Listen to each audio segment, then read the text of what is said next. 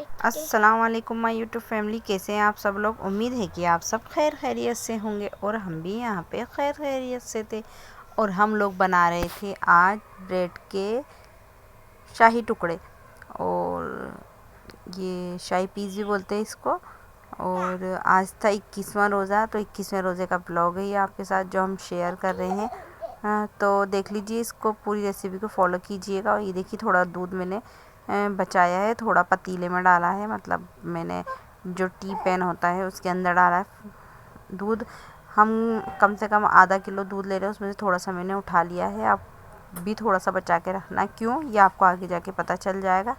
तो हमने इस दूध को गर्म कर लिया था, उठा लिया था, और उठाने के बाद हमने इसमें आधी कटोरी या 1 कटोरी, जितनी भी आप मीठा पसंद करते हैं उस हिसाब से अपने जायके के मुताबिक मतलब चीनी ले सकते हैं। तो हमने अपने जायके के मुताबिक चीनी ले ली थी। और फिर इसको थोड़ा थोड़ा चलाते रहेंगे हम। और जो हमने दूध अलग निकाला था प्याली के अंदर, उसको हमने ले लिया है। अब हम इसके अंदर डालेंगे कस्टर्ड पाउडर।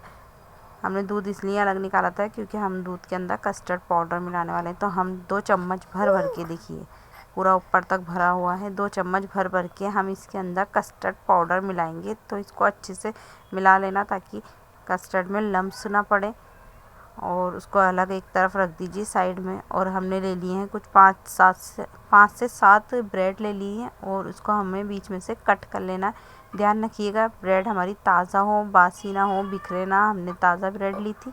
आप भी इसी तरह से ब्रेड लेना, और जैसा आपका दिल चाहे उसी डिज़ाइन में काट लेना। हमने ऐसी काटी थी नोक वाली, आपका दिल चाहे आप जैसी काट सकते हैं। ये आपके ऊपर है, पूरा आप पे डिपेंड करता है कि आप किस डिज़ाइन में रखना चाहते हैं। तो देखिए, हमारा दूध भी अच्छे से हो गया था गरम, और चीनी भी इसमें घुल चुकी थी, और दूध थोड़ा गाढ़ा होता हुआ भी आ गया था पकते पकते।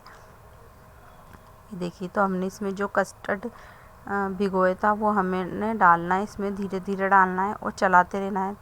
ध्यान रखिए कि हमें अपना हाथ बिल्कुल भी नहीं रोकना है।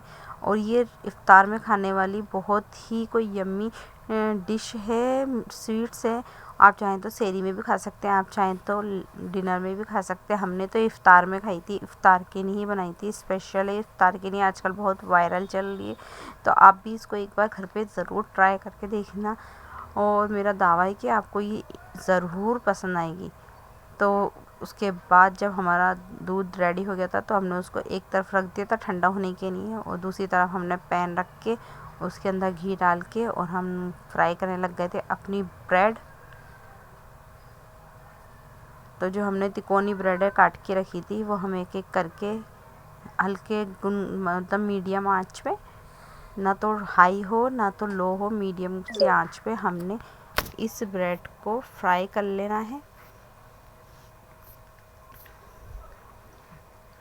फ्राई करने के बाद ब्रेड इतनी खूबसूरत दिख रही थी ना कि मैं आपको क्या बताऊं, बहुत ही अच्छी दिख रही थी। फिर हमें ऐसे एक जाली के ऊपर सारी ब्रेड को रख लेना, ताकि उसका जो भी ऑयल, वो जो भी घी होगा वो उसी के अंदर झड़ जाएगा। हमें अच्छे से झाड़ के और इसको एक प्लेट में कर लेना है। तो देखिए, मेरी सारी ब्रेडें फ्राई हो चुकी हैं, कुछ थोड़ी डार्क हो रही हैं, कुछ थोड़ी लाइट हो रही हैं। और इसके बाद जब हमारा कस्टर्ड ठंडा हो जाए, मतलब रूम टेम्परेचर पे हो जाए ठंडा, तो फिर हमें ये सारी जो ब्रेड है इनको रख लेनी है। इसको किसी भी तरीके से गार्निशिंग कर लेनी है, जैसे आपको पसंद आए उस हिसाब से। और ये जो कस्टर्ड हमने बना के रखा था, इसको आप ऊपर से डालते रहिए। देखिए कितना अच्छा कोई रबड़ी की तरह बन के तैयार हुआ है हमारा कस्टर्ड। अच्छा खासा मतलब गाढ़ा हो गया है। और हमें ऐसे डालना है कस्टर्ड के, जो हमारी ब्रेड है ना वो अच्छे से डूब जाए इसके अंदर।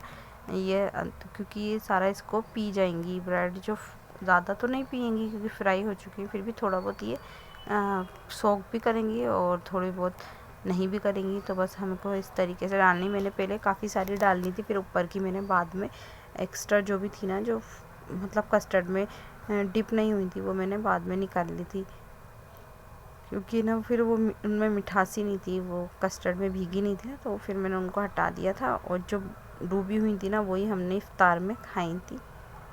क्योंकि मैंने भी फर्स्ट टाइम ही ट्राई किया ही वायरल हमारा कस्टर्ड, तो बस इस वजह से ही मुझे पता नहीं था। और जो भी चीज़ मैं ट्राई करती हूँ ना वो मुझे पसंद आती है। इफ्तार में मैं काफ़ी सारी चीज़ें बनाती हूँ, लेकिन जो अच्छी बनती हैं और जो मुझे पसंद आती है ना वही चीज़ें मैं आप लोगों के साथ शेयर करती हूँ। जो मैं खुद खाती हूँ ना वही आप लोगों के साथ शेयर करती हूँ, क्योंकि मैं चाहती हूँ कि जो अच्छी चीज़ मैं भी खा रही हूँ ना वो भी आप लोग भी खाएं। तो इसमें देखिए मैंने कस्टर्ड काफ़ी सारा डाल दिया था और ब्रेड हमने इसके अंदर डाल दी थी। और यकीन मानिए मैं झूठ नहीं बोल रही, बहुत ही यम्मी बना था।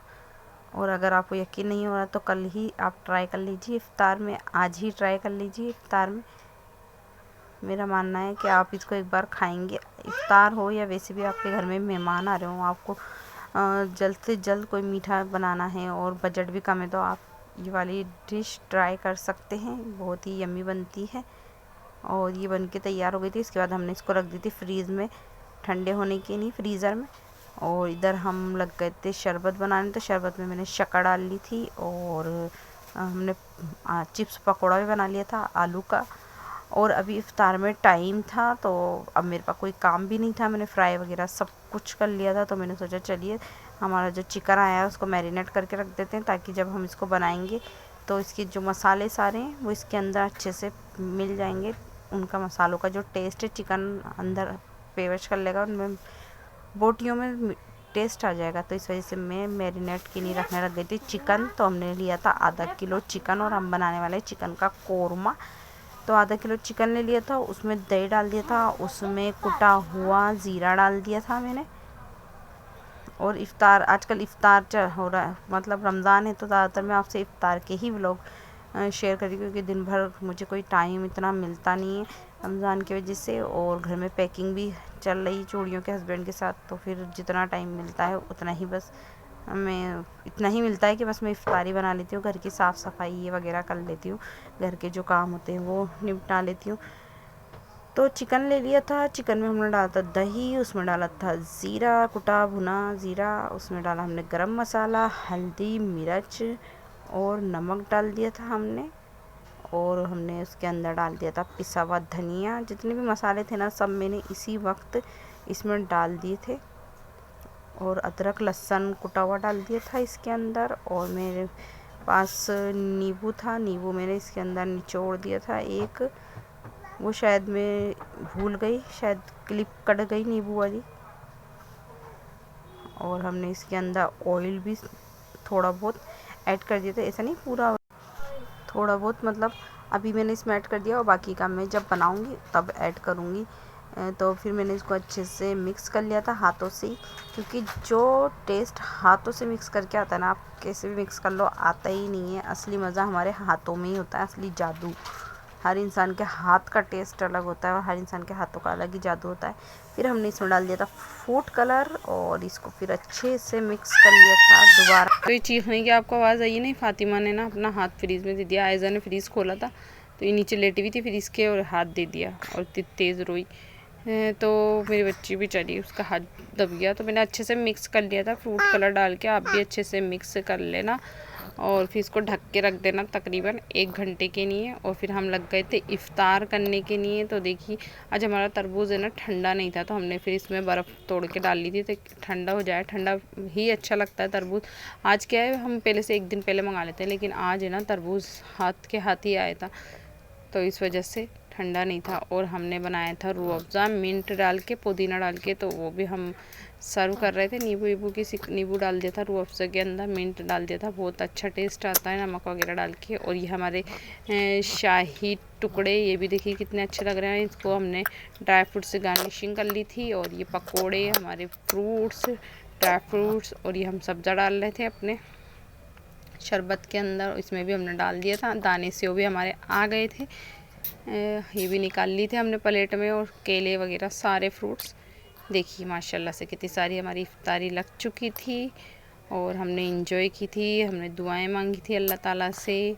और उसके बाद हमने पढ़ी थी नमाज़ अदा करके मैं आ गई थी वापस किचन में। तो मैंने कुछ प्याज़ें काट के उनको फ्राई कर ली थी और फ्राई करके इनको थोड़ा फैला के रख दिया था मैंने। और फिर इसको ना चूरा चूरा करके हमने कौरमे में डालना है। तो इधर मैंने कर ली थी सिपरी गरम सिंधी देगची, और इसमें जो हमने मैरिनेट किया था चिकन वो हमने एक एक करके इसके अंदर डालना शुरू कर देना है और चलाते भी रहना है। और आँच हमें मीडियम रखनी है। और देखिए सारा का सारा जो भी मेरा चिकन मेरा आधा किलो से ऊपर था, तो वो मैंने सारा इसमें डाल दिया था। मुझे हो जाता है, मेरी फैमिली में बहुत रहता है। और वैसे भी रमज़ान है, तो रमज़ानों में तो वैसे भी कम ही खाया जाता है। और फिर इसको हल्के हल्के हाथों से चलाते रहना है। बहुत यम्मी बना था, बहुत अच्छा बना था ये चिकन हमारा माशाल्लाह से। उसको खूब भून लेना। उसके बाद हमने जो प्याज़ें फ्राई करी थी ना, मेरा फ़ोन है ना स्विच ऑफ हो गया था, जने किसी का फ़ोन आ गया था शायद। तो बस ये भूनने के बाद हमने इसमें प्याज जो फ्राई करी है उसको चूरा चूरा करके डाल लेना है, उसकी थोड़ी सी भुनाई कर लेनी है। और फिर हमारा जो चिकन है ना रेडी हो जाएगा, खाने लायक हो जाएगा।